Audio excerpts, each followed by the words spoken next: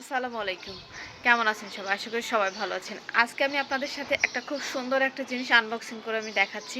মানে অল্প দামের মধ্যে যে এত সুন্দর একটা গেটআপে যদি সুন্দর মতো হয়ে যায় তাহলে তো পছন্দই। এই যে আগে দেখতে সুন্দর তারপরে সবকিছু। ঠিক আছে না কথা?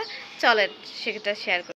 আমরা বেশিরভাগই কিন্তু অ্যান্ড্রয়েড ফোন ইউজের পাশাপাশি আমরা কিন্তু বাটন ফোন ইউজ করে থাকি।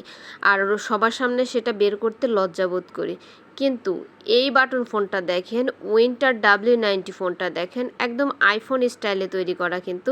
এটা দেখেন অনেকেই তো নামি দামি ব্র্যান্ডের ফোন আনবক্সিং করে। আর আমি ছোট্ট একটা বাটন ফোন আমি আনবক্সিং করছি। কিন্তু আমার মধ্যে সেই আইফোনের ফিলটা একটু হলেও লাগছে। কেন জানেন? দেখেন ক্যামেরার গেটআপটা দেখেন, আর পিছনে দেখেন 3টা ক্যামেরা, একদম গেটআপটা পুরো আইফোনের মতো না? আর দেখেন এখানে কিন্তু 4টা সিম, যাদের অনেক বেশি কাজের চাপ থাকে তারা দেখেন এখানে 4টা সিম ইউজ করা যায়।